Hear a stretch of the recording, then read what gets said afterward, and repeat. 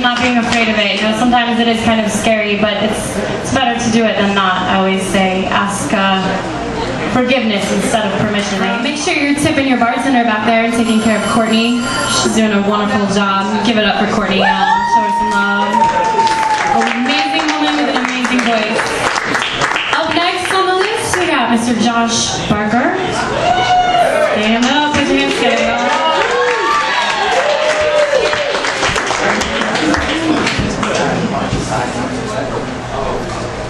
Let me adjust this real quick. Yeah, we got it. Alright, anybody that was here last month heard me rant and rave about how I'm from an oil town that ain't going nowhere, didn't have nowhere to come from in the first goddamn place. I'm still from that same town, and this here first poem is about a man who spent his entire life getting drunk in a town of 250 people in 2 bars running them out of fucking business. His name was Doc Cooks, and he was one of the best men I ever knew in my life. It's called Ode to a Long Dead Drunk.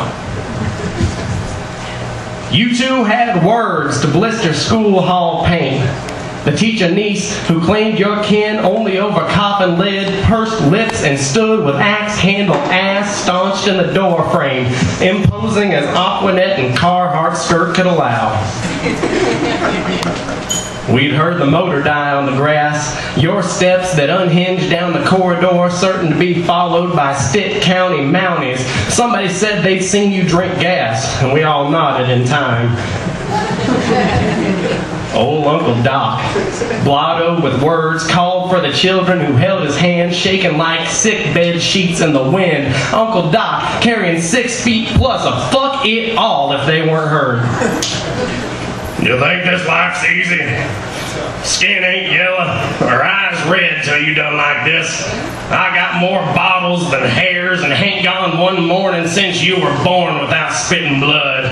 Lost 2 teeth this year. Hell, I rode in on a mower with a bus blade, and I tell you, on and on rang slurred seraphim gospel.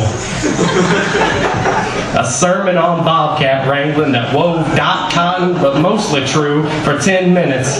10 minutes worth every clink on the cuffs you walked out wearing. Mr. Doc. Alright, I don't know if you guys celebrated the high holiday that rolled down on the 20th of last month. And but I goddamn sure did. And this here poem is called Memories of 420s Past.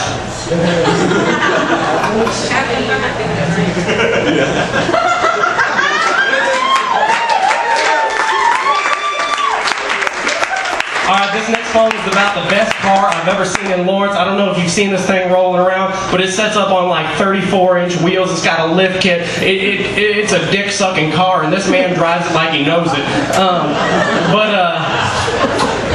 I wrote this poem. It's called Sales Pitch, and it's what I imagined would happen if this man was trying to sell me his car. Alright.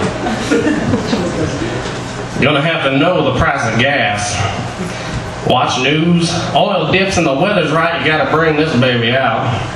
Now, $10 only gonna get you about 45 minutes, and that's why the weather counts. Gonna be sunny when most folks walk mass, and make sure you invest in some speakers. I'm talking Alpine Deluxe shit ton of watts, cause sometimes she'll be going so fast, just scoot past the body, and he gonna ask whether he just saw the Nova 6.6 on a bogger body, rolling 34s in that Champion Orange, or just a sexy little blur. What sounds like a bored out panther just roar. So make sure they hear you coming, but don't waste time on no heavy dick metal, or they're gonna come out and laugh. Trust me, I've seen it before, and that's $10 right out. Stick with Skinner, Little Meatloaf, show them bitches you got class. And remember your damn story. You're a lawyer in a sour marriage, just trying to get back the swagger that cheating bitch stole out you.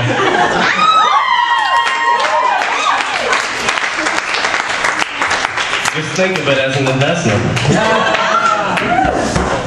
Alright, I got a letter last week from my cousin Elgin just before he went to his rehabilitation counter.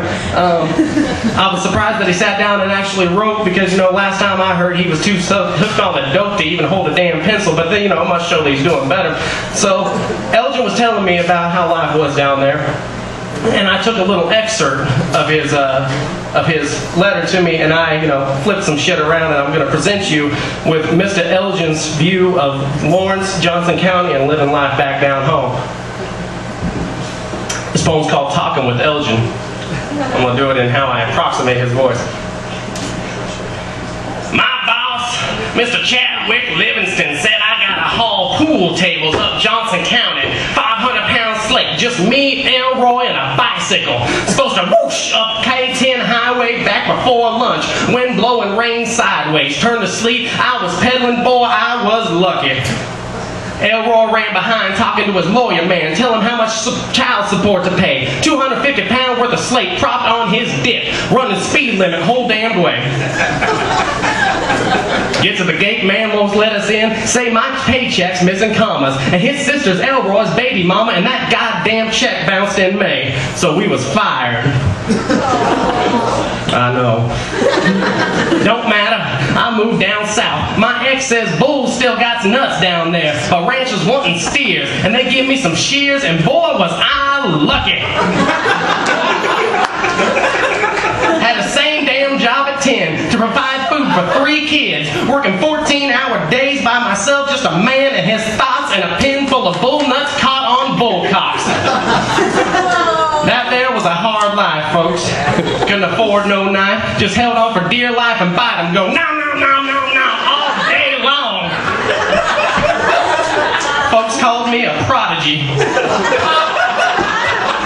I was the envy of all 4th grade because I didn't work no oil. I was lucky. Wasn't a man in my class with both hands left from wrenching rods, eat you up, go nom, nom, nom, nom, nom, get you back out there with hook hands. Boss man say don't let it happen again or we have to fire you, and you don't want that, friends, because the only job a hook hand can win is working in a killing pen, and that boss man gonna stick you in a cage with a steer with a good goddamn memory and say now commit murder. Kill him before he kills you, because we're making a loser in the burger. Get served up in Johnson County Mickey D's, where other boss men talk on iPhones, hiring poor folks to build their home, deliver a pool table, clean their pool, set their table, all while driving Mercedes what burns 10 fingers to the gallon. And good Lord, I can have all that one day if I am lucky. Thank you, folks.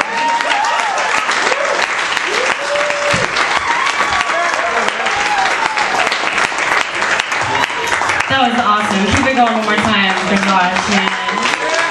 Got it going on. So he actually just gave me a perfect segue with your little marijuana poem. That was really very classy, very clever. If you take a look at the flyers on your table, this one is for the Medical Marijuana March in Kansas City. Some of you may have it, some of you may not, but I've got more.